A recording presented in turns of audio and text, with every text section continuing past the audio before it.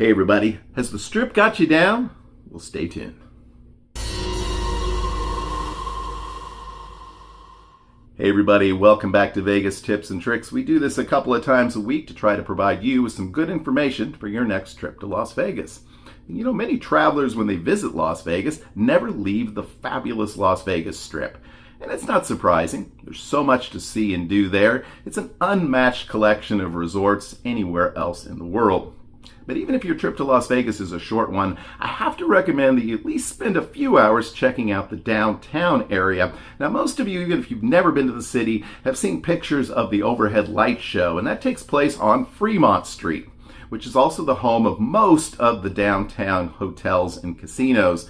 Now, they're a little bit smaller, maybe some of them at least, a little bit more run down than what you'd expect on the Strip, but definitely worth checking out. You get a little bit better odds, and prices downtown tend to be a little bit cheaper too for food and other things.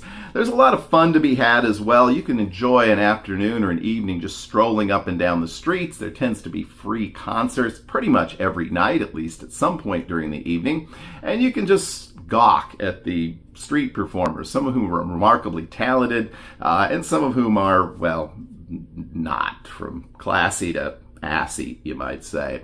One thing to remember when you're downtown is don't wander too far away from the main tourist areas. Yeah, you could probably go a block north or south to Ogden or Carson Street, but I wouldn't really wander any farther north and south. There is a lot to see in downtown Las Vegas beyond what we're talking about today, but it's not in those areas.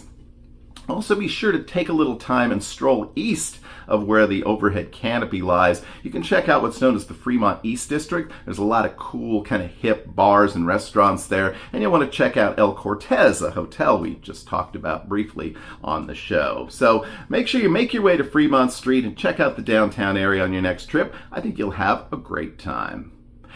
All right, we'll see you next time on Vegas Tips and Tricks. Until then, take care. Bye-bye.